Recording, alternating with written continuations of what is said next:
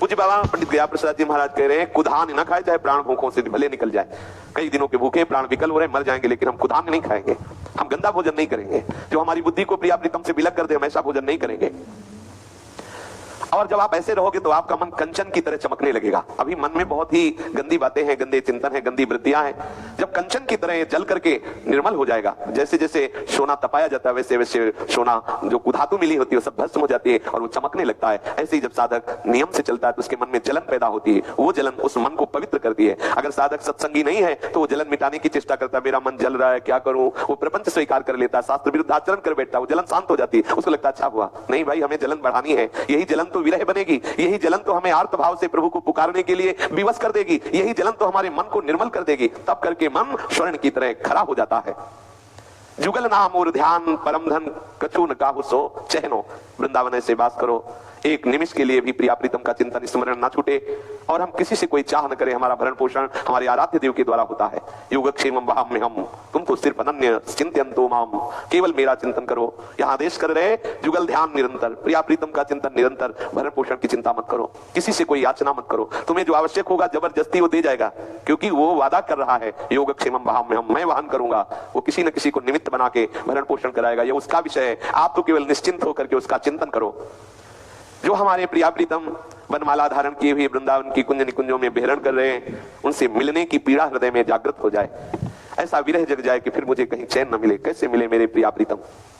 आप हृदय में प्रिया प्रीतम से मिलने की चाह नहीं कर रहे हैं, निरंतर स्मृति में डूबे नहीं हैं, फिर आप ऐसा उड़ाना देते हैं कि भगवान बड़े कठोर हैं, हमारे नेत्रों के सामने नहीं आते। जो न हृदय दर्शन उत्कंठा दीजे काहि उड़ानो, ऐसे वृंदावन में रहनो। आपके हृदय में प्रभु से मिलन की चाह नहीं, क्योंकि भगवती स्मृति निरंतर नहीं, तभी आप उड़ाना देते हैं भगवान बड़े कठोर हैं, हमसे मिल नहीं रहे, देखो उनका क्या चला जाता, अगर ऐसा कर देते, अगर ऐसा कर देते। और सर्वांतर्यामी तुम्हारे हृदय में बैठे हुए ही देख रहे हैं, इसलिए सावधान होकर के सीधा वृंदावन का वास स्वीकार करें। तो जैसी रहनी से महापुरुष कह रहे हैं वैसे रहो। पूज्य पंडित गया प्रसाद जी महाराज कह रहे हैं, प्रत्येक साधक को इन 14 को सुधार करना परम कर्तव्य है। 5 कर्मेंद्री, 5 ज्ञानेंद्री, मन बुद्धि चित्त और अहंकार। कर्मेंद्री हाथ पैर वाणी मूत्रेंद्री मल विसर्जनेंद्री, ये 5 कर्मेंद्री कही जाएं, कारण कि ये सब केवल काम ही कर सके हैं। इनको भले बुरे को ज्ञान नहीं आते, इनको कर्मेंद्री कहें। इनसे ऊपर है ज्ञानेंद्री, आंख नाक कान जिह्वा त्वचा, ये 5 भले बुरे को ज्ञान करावे हैं। इनको भले बुरे को ज्ञान हुए हैं, या कारण इनको ज्ञानेंद्री कहलाए हैं। साधक को यही परम कर्तव्य है कि 5 कर्मेंद्रियन को सतत शुभ कामन में लगावे, या से इनकी सफलता है भगवत सेवा में। हाथ सदैव सेवा के काम में लगाए रखे, कोई गिर पड़े तो आपको उठाए में हाथ की सफलता समझे। यही तरसता रहे कि अपने हाथ हम सो कभी काहू साधु महात्मा, कभी काहू रोगी की, कभी काहू ऐसे कमजोर की सेवा बन जाए, ये तरस तो रहे। पूज्य बाबा कह रहे, ये हृदय में आकांक्षा रहे कि इन हाथों की सार्थकता है, कभी किसी संत की सेवा बन जाए, कभी किसी बीमार की सेवा बन जाए, कभी किसी असहाय की सहायता में हाथ आ जाए, भगवत सेवा में लग जाए, यही इनकी सार्थकता है। गुरुजनन की सेवा में ही हाथन की सफलता समझे। श्री ठाकुर जी के मंदिर में हाथन के द्वारा पूछा लगाए नो, सोहनी लगाए नो, वहां के बर्तन मार्जन करनो, ये हाथों की सार्थकता है। हाथन सो दीन बन गए, दीनन की सेवा करियो, दीन बन गए। मैं सबको सुख पहुंचाता हूं ऐसा अहम भी नहीं, दीन बन के सबकी सेवा कर, कभी सेवा में संकोच ना करना।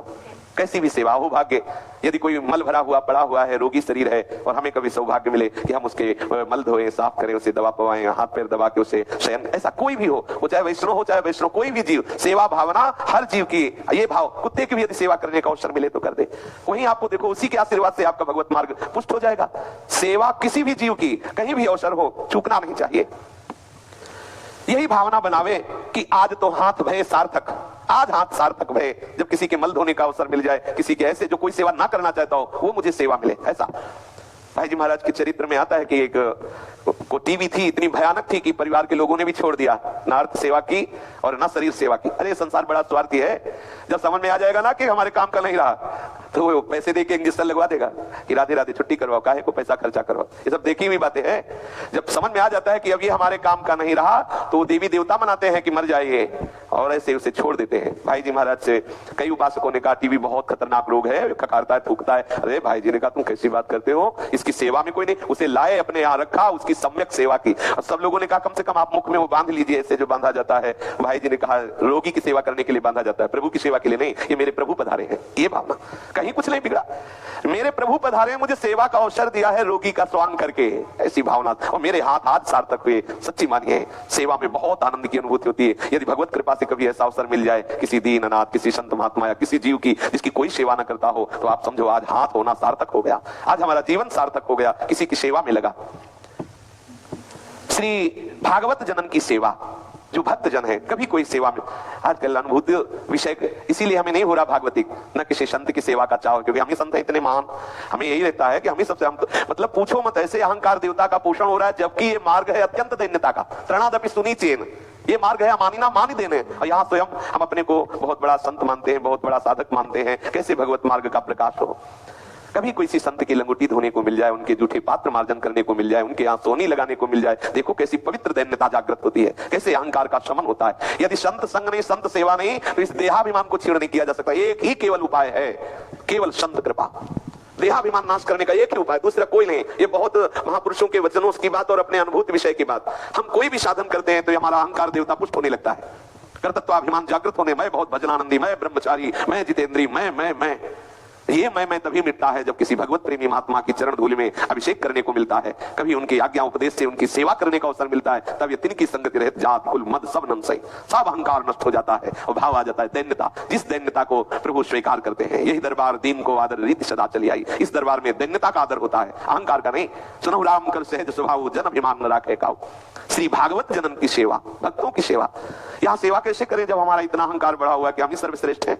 संतों के प्रति हमारी हे भावना, वैष्णव के प्रति हे भावना, अपने को अच्छा साधक संत मानते, कैसे बात बने। आज तक कहीं महापुरुषों की वाणी में पढ़ के देखा, कभी वो अपने को संत नहीं मानते, अपने को सदैव अधम नीच पामर। जब आचार्य बोल रहे हैं को हम तुच्छा परम अधमः प्राणियो गर्ह कर्मा, आचार्य बोल रहे हैं हितजू महाराज, कहा मैं तुच्छ अधम अपराध करने वाला, और हम अपने को साधु माने, हम अपने को महापुरुष माने, संत माने। कैसे कैसे भगवत मार्ग प्रकाशित हो। श्री भागवत जनन की सेवा, भक्तों की सेवा।